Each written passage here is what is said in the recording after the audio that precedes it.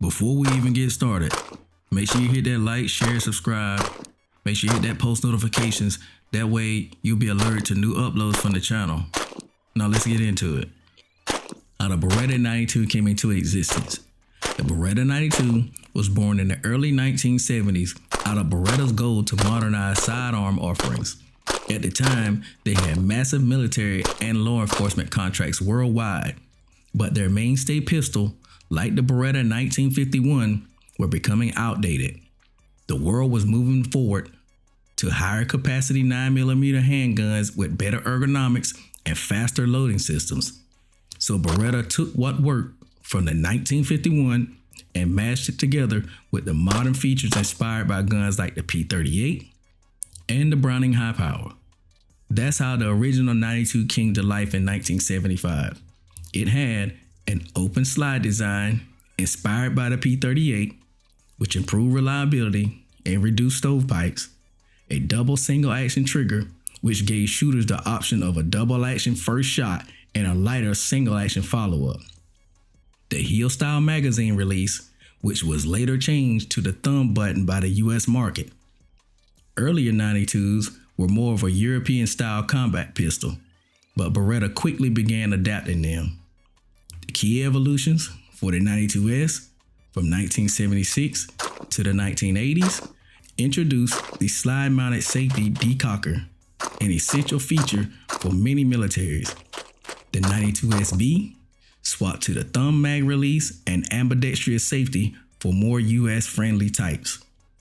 The 92F, the M9, which was in 1985, Beretta submitted this version to the US military trials and won. This led to the M9 becoming a military standard sidearm for over 30 years. Ooh, that was a little hard to go in battery there. From there, the line evolved into the 92FS, the 92G, and eventually modernized into the 92X and the 92XI. And the performance-driven models like the Brigadier, Elite, and Langdon Tactical Editions. The 92G variant, born from the French military influence in the late 1980s, the French military was evaluating sidearms and wanted something a little different from the US M9 setup.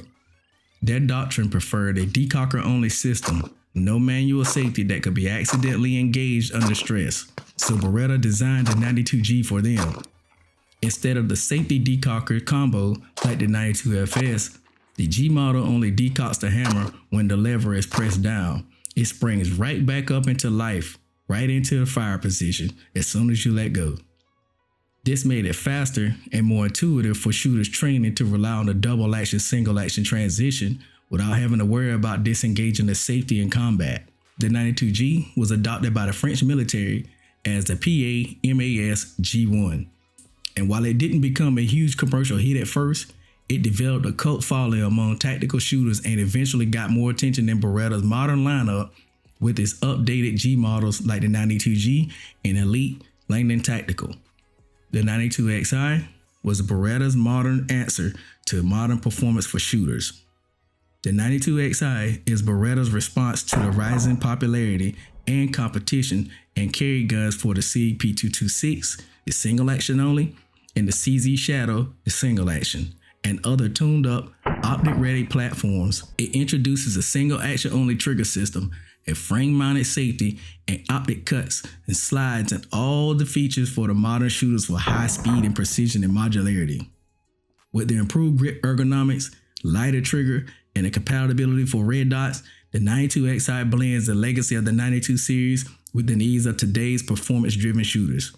In short, the 92XI is a modern enthusiast 92 built to be fast, accurate, and competition ready right out of the box. So to bring it full circle, the 92G and their variants have seen military and law enforcement use globally. The 92XI is newer and it's a part of Beretta's modern refreshed aimed at the US competition and tactical civilian world. It is not widely used by military and law enforcement units yet. It has gained a fan base among the USPSA and IPSC shooters and EDC enthusiasts looking for a single action only Beretta with modern upgrades.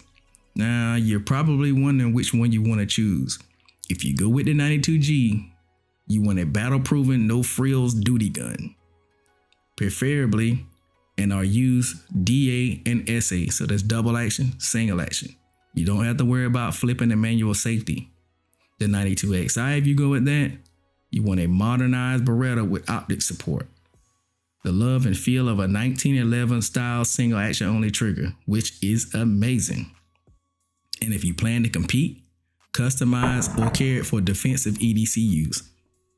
Now, I myself, I didn't have any issues with these guns being unreliable besides from the ammo. The ammo that I ran specifically throughout this whole time was Academy's branded ammo. That ammo was giving me light strikes across every platform that I used, even out of the striker fire systems and all the hammer fire guns that I have. I've ran maybe 500 rounds of that stuff, including some 380, and it has been a huge disappointment. So don't take the failures that you see on video to the unreliability of these pistols, because I can tell you, if I was using any other hotter ammo, it would have definitely been 100% reliable. The Beretta 92XI, I reviewed it last year. It was 100% reliable. Both of these pistols have a very high reliability rate, so you won't have to worry about them choking up on you and letting you down in the need of either a competition or self-defense use. So you don't have to worry about that on that end. These are highly accurate platforms. I've tested both of them. You will see it in the video. I've tested both of them, and the accuracy is far beyond what you can do. So we're at 7 yards, and we're going to do a little bit of accuracy. So we're going to have 4 types of accuracies. I have the slides already swapped from the 92XI to the GTS. So I'm going to do the accuracy on the GTS frame with the 92X slide and then swap them on each of the lowers. So I'm going to do 5 rounds each in the designated quadrants on each one. So I'll have the XI will be on the left side and the GTS will be on the right side with their respective frames swapped on each one. 5 rounds apiece. And I know it's going to be a little unfair because this one is running a red dot, but at 7 yards, it shouldn't really matter much.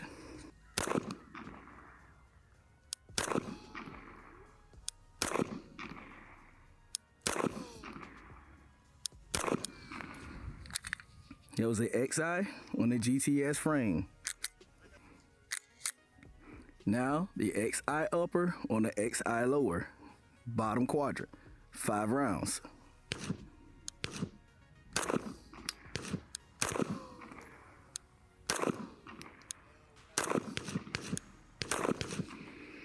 Gotta tell you, I was not ready for that recoil because this trigger is different on here. So I went from a double action trigger to a single action only trigger. This trigger is a lot lighter.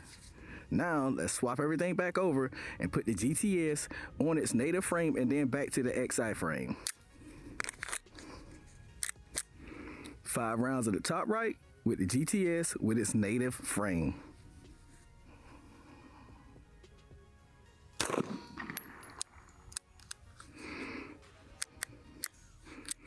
These rounds for this Academy branded stuff, they have been failing. Like, this is the 5th one with a light primer strike that I've had out of 200 rounds.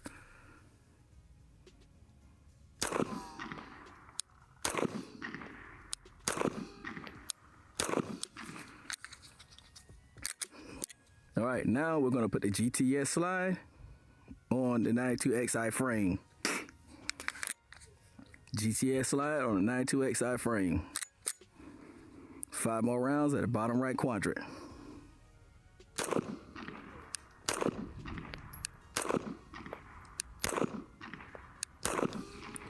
Wow. That is crazy. With iron sights, it printed out that type of brute. I know we're a little close, but man, is that insane.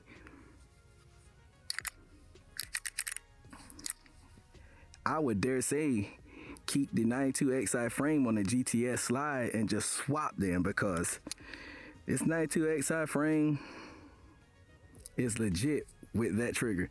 The The only issues that I could actually see coming out of this platform, if you do send a lot of rounds downrange, that open slide design, it is going to get extremely hot. So reholstering, you need to be very careful and adamant about your moves that you make whenever you're reholstering that, because you're going to get some third-degree burns. It's going to take your skin off. So just be mindful of that if you do conceal carry on the inside of the waistband. Open carry, you should be all right, but I don't prefer anybody open carry. That's another topic we'll get on later on, but me personally, I'm not going to open carry unless you're in law enforcement. Then that's something different. Law enforcement or military, that's fine to open carry. But if you guys like this kind of content, hit that like, share, subscribe, come back and enjoy some more videos with me, and I'll see y'all fellas and ladies in the next one.